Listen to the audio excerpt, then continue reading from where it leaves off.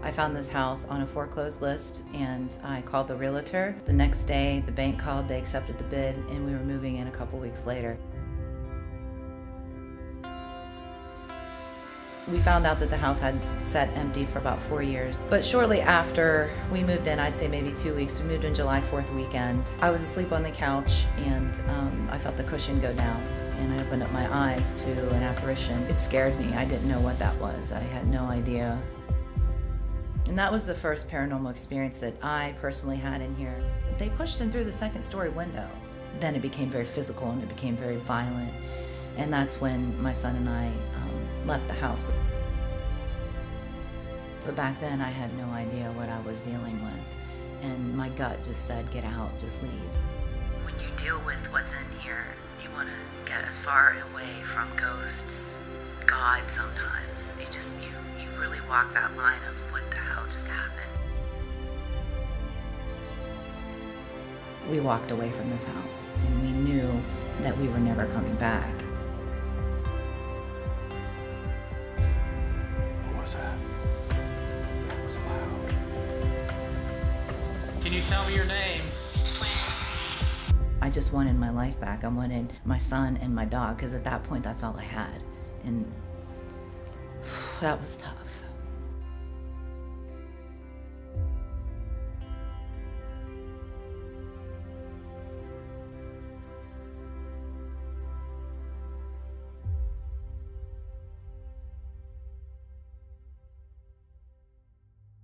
When you first started to notice that something wasn't quite right with the house? We were affected by 2 flash floods in Quincy, Ohio. Hurricane Ivan and Francis, they came back to back, and that left us homeless. We were homeless for a couple of months, and I was at work one day and I was going through foreclosed homes because FEMA had come in. They allotted us $25,000 to restart our life, so we were very happy about that. And I found this house on a foreclosed list. I called the realtor and we met that night at 7 o'clock.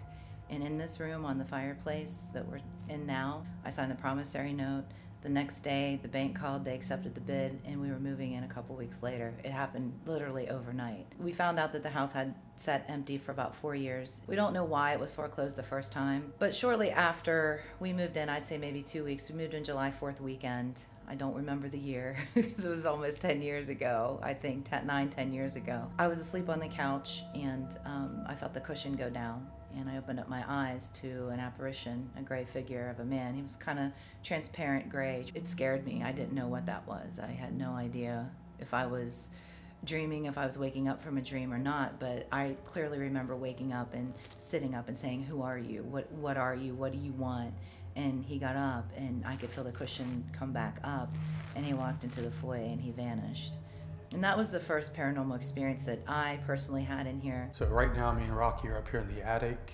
We're gonna start up here and we're gonna work our way through the rest of the house, hit the second floor, first floor, and then the basement. So with any luck, hopefully we'll be able to document and capture some of the evidence on video or audio that people have experienced. So there's been reports of people being attacked here. Investigators having to go to the hospital. You know, one guy almost pushed out of one of the second floor windows. So we're going to start with an EVP session up here. Up in the attic, there's reports of hearing disembodied voices, footsteps, seeing dark shadows. So that was really the main reason we started our investigation up in the attic. If there are any spirits up here with me and Rocky, we're just here tonight to speak with you. So if there's any way that you can communicate with us, if you can talk to us, or you could move something or knock on something, we would appreciate it. Is there anybody in the attic up here with us right now?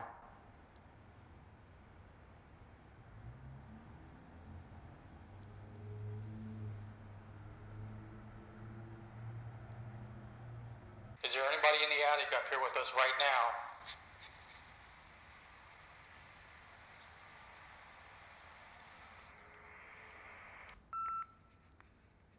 Emily, if you're up here, can you say yes or no, please?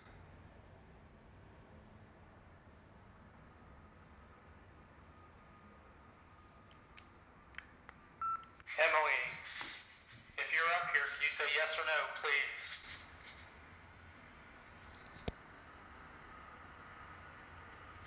A little girl named Emily Davis came through the ghost box. Can you tell us what your name is? And she said, Emily. And he said, "Can you say hi, KRISTIN?" And she said, "Hi, KRISTIN. Can you tell us what your last name is?" And she said, "Davis." Hey, did you hear something? Door? Is that a door? Or Squeaking? a squeak? If you're down on the second floor, can you come up to the attic right now?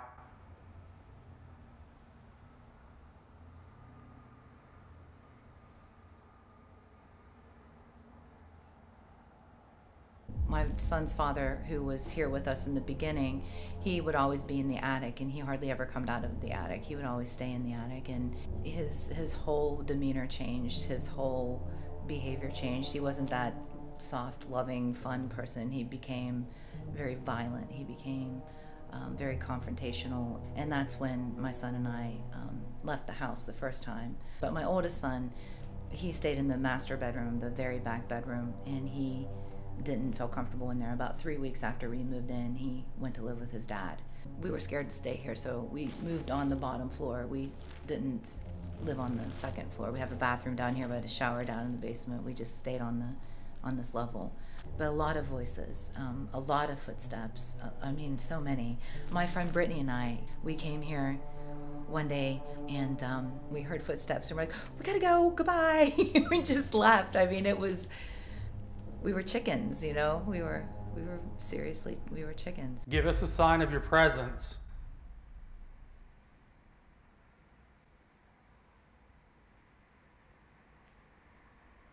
The alarm, did you hear it? Did it beat? Or something walking?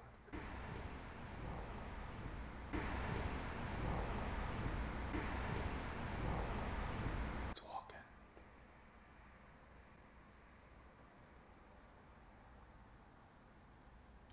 There's the alarm. There's footsteps and something's walking. It's still chirping. Let's slowly walk down there. Okay, stop right there. While conducting an EVP session up in the attic, we could clearly hear what sounded like footsteps. Those were loud footsteps. It was pretty clear to us that the footsteps were coming from inside the house. If you're the one walking, can you come up here with us?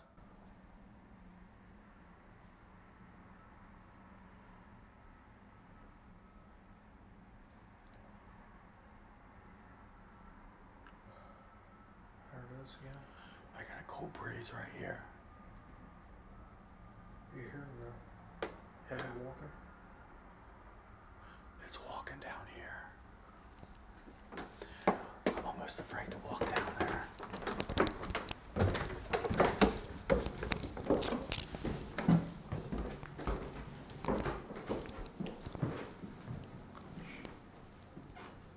Sound like it's running.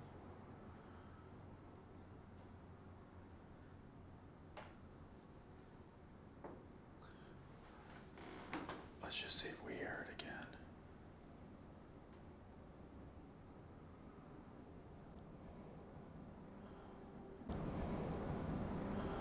You could definitely tell that those were inside on the wood floors. Real heavy. Yeah. The door opened, and it was cold. It was just, it was very cold. My dog Bella was here. She's no longer with us. She's crossed over, but she started barking, and she was thrown up against the wall. I was on the bed. I couldn't move. I was paralyzed. It felt like something was holding me down, and I saw this mass, this black energy just come into the bedroom, and it was paralyzing. And Bella at that time was thrown up against the wall. So I got up as best as I could after, pleading the blood of Jesus Christ in my head and screaming for St. Michael. I've never witnessed or had any kind of experience like that in my life. It was dark, it was evil, I don't know what that was. After hearing these footsteps, Rocky and I decided to head down to the second floor just to see if we could get a better idea of where the footsteps were coming from. The minute you step foot onto the second floor, you immediately get this creepy feeling, and you just get the sense that something's watching you. It's definitely a lot creepier right here, don't you think? Just so you guys know, it is complete darkness in here. Shut your night vision off real quick and show them how dark it is. That's what we see. Ready? Yeah. This is the room she said's pretty active.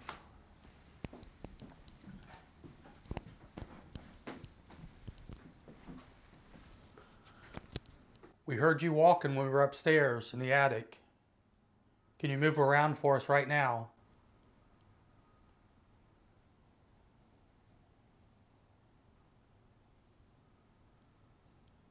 I think what helped validate that is we heard the footsteps and then the alarm went off. Yeah. Are you up here on the second floor with us? Please give us a sign.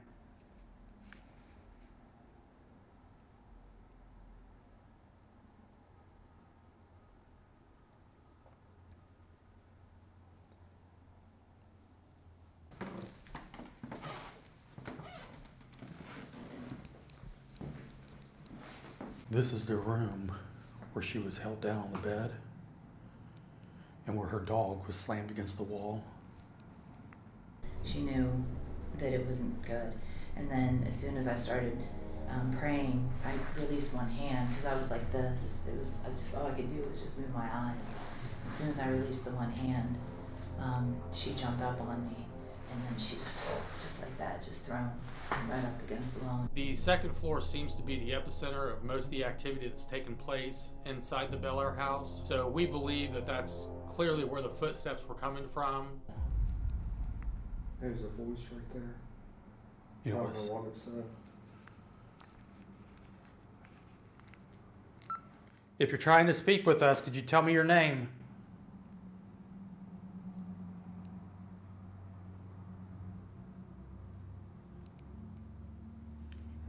There was something, but I couldn't make it out. Trying to speak with us, could you tell me your name? You hear it? You just say something? No. Did you hear it? Yeah. You hear it? You just say something? No. Did you hear it? Yeah. What the hell did it say, Josh? That's what I thought. I thought you said my name. Hey, it's touching my arm. Where at? Right by my elbow, where it bends. This one? Yeah. It's like it's getting numb. Are you touching Rocky right now?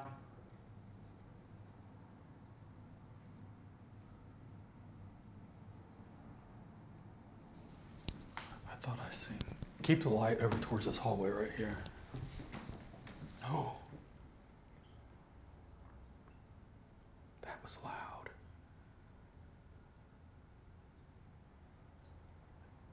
If you just knocked, can you do it again, please? Josh, it's touching my pant leg. Who's touching me? Still doing it. That was loud. It goes dun dun dun. Did you hear the knock? There it is again. I'm gonna knock. Can you repeat what I do?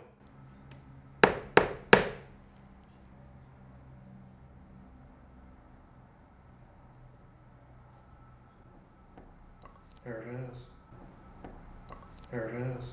Oh, it did it 3 times. Yeah. Renters moved in. They were from a roofing company because a big hailstorm came and it just tore everybody's roofs apart. So we housed renters here, and it was a group of construction people.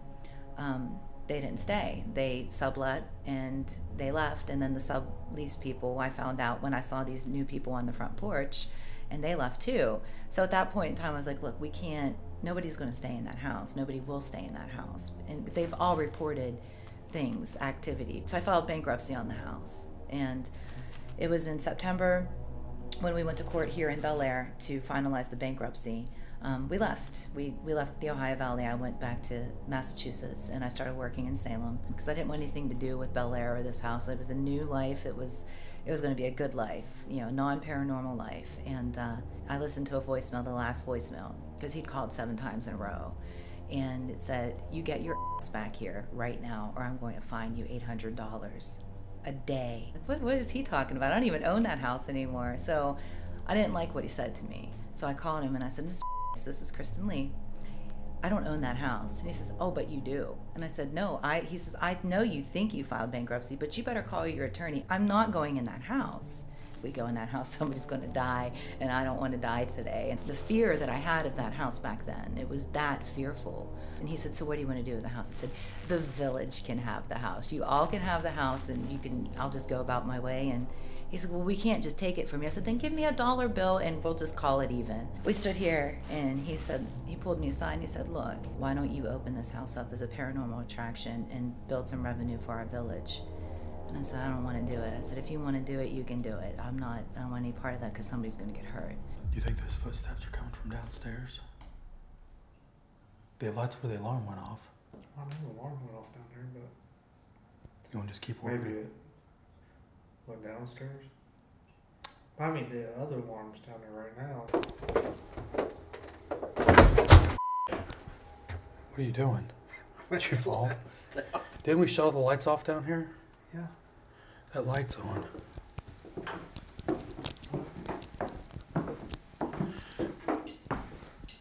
You were recording, right?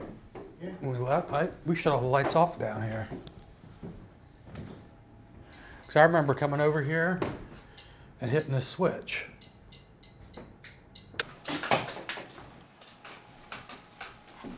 Hold on 1 second. All right. Did you turn the light on in here?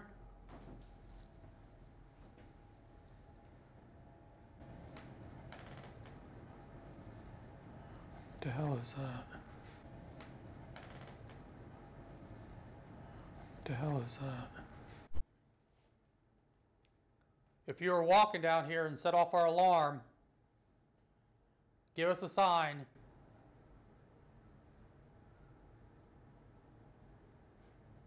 A lot of people think, "Oh, she sold 20,000 copies of the book." Well, I didn't write the book to make money. We walked away from this house, and that was it. And we knew that we were never coming back. And that's why I wrote the book, for the next homeowners of the house.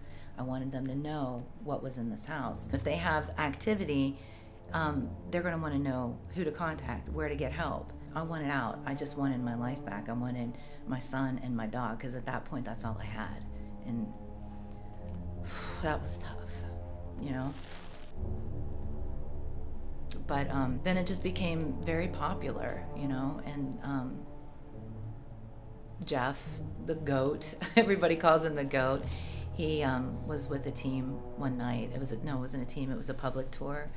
And he was pushed through the second-story window. While I was walking down the steps, I was carrying equipment with me. I was leaning this way, my arm went halfway through the window, it cracked it. It went up on the lining there.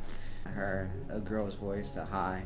It was kind of scary a little bit though. It like a demon, like, or something, like a growl like a demon. I said, "It's time to pull the plug. I told you that somebody's going to get hurt." And he finally pulled the plug. But there is demonic energy here. We don't know what to do. It's almost like it's a curse, you know, like I'm stuck. So I'm taking care of 2 households now. People are welcome to come here and investigate and collect data. And any money that they pay goes to keep the lights on, because I don't feel comfortable with selling or renting. It's definitely the land that is the problem. The house next to it, they're not there anymore. Same reason why, you know, they're gone. Anytime you have a location where people are being physically attacked, as an investigator, you have to constantly be on guard, but still push forward with the investigation so you can hopefully find answers to what's causing the haunting to take place. I know you can hear us. I want you to communicate with us right now.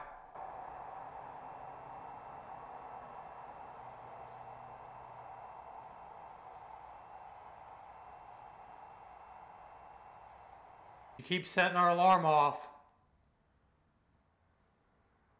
I want you to come up here and show yourself.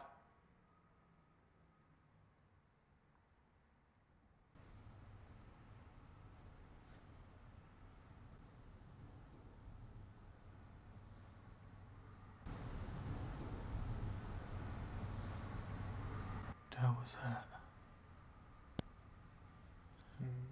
That was more than walking. It's like when you get down here, you get that creepy ass feeling. Once we run up to the attic, that's when the alarm goes off downstairs. Mm-hmm. It's like we go upstairs, it runs downstairs.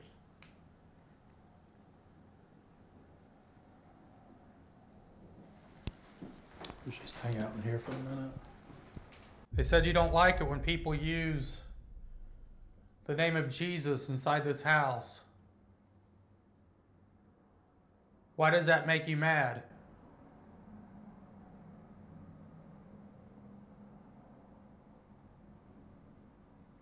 The last renters, he came in with a family of 7 and he left with 2 people.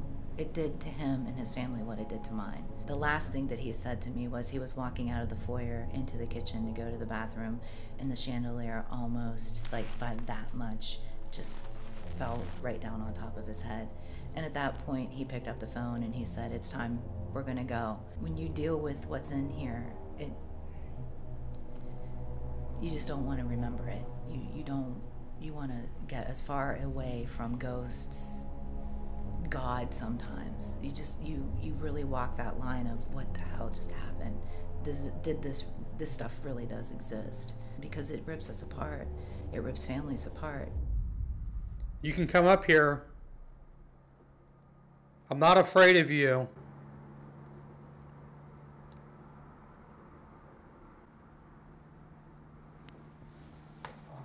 John, What? run. Where at? I think upstairs. Go ahead and run. We're not going to chase you.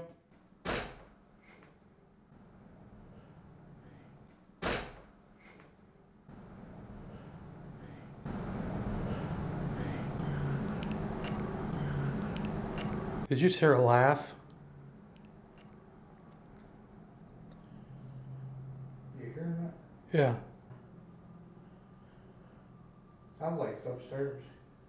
Sir, are you upstairs?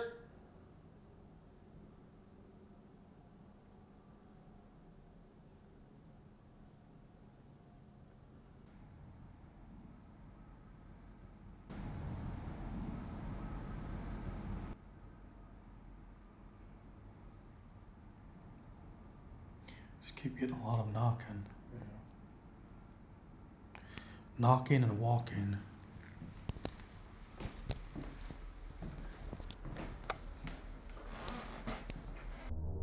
After Rocky and I wrapped up our investigation of the main level of the house, we decided to head down to the basement and see if we could document any activity down there. Super, super creepy down here.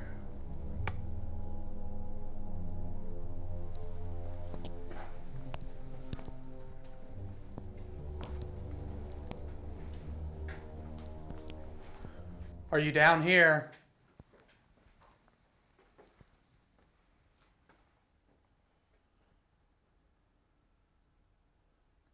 Emily, if you can see me, give me a sign.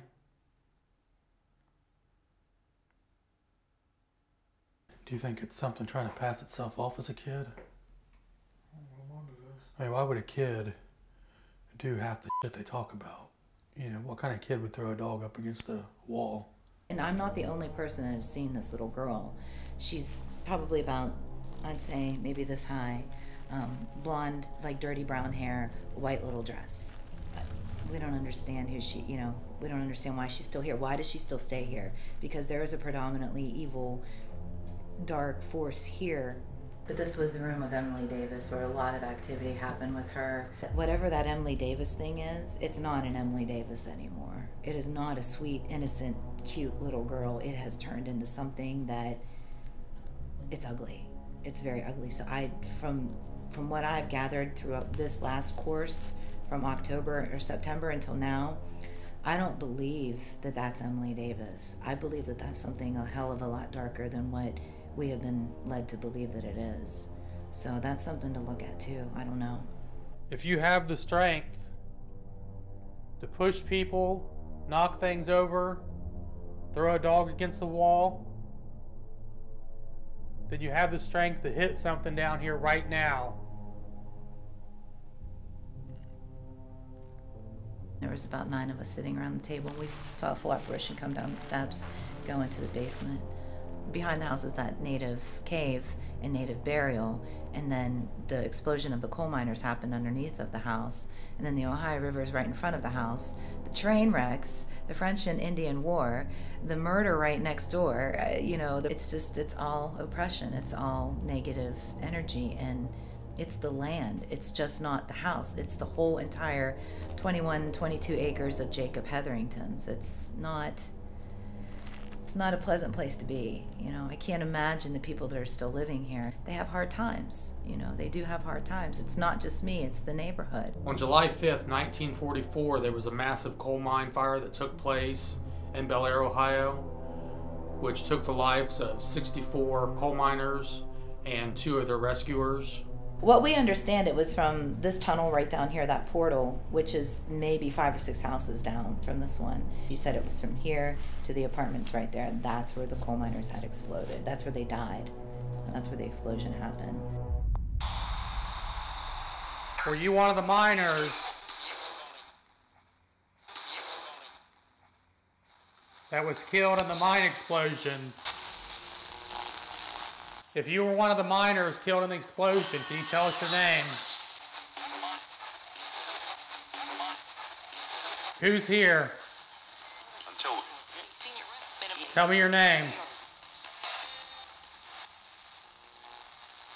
Emily up here with us? If you're in this house and you can see me and Rocky, and you can hear us, I want you to say one of our names right now.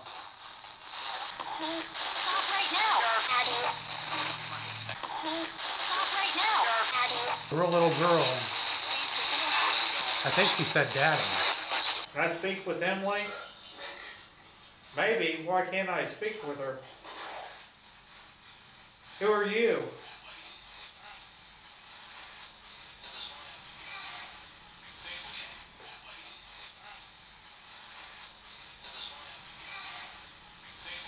I want to hear the little girl. Only the little girl can speak. Can you hear me? Said yes. Were you killed in the mine accident?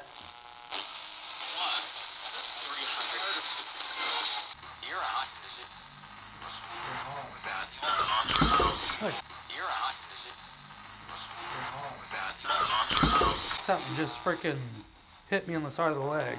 Is that your home?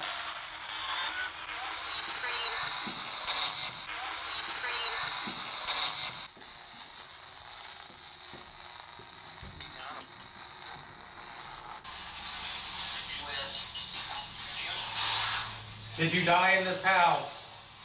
Mother perished in that plane crash. She added for that year.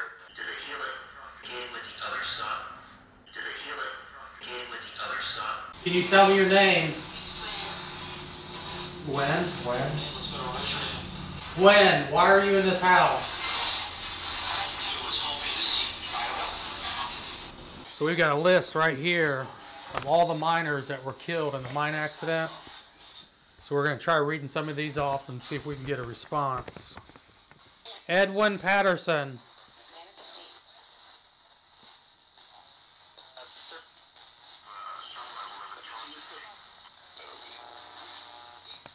George Fulton.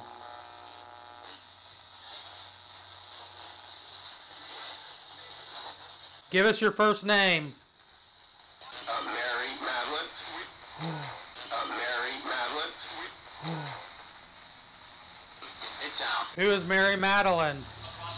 Madeline. Is there any spirits that wish to talk to us?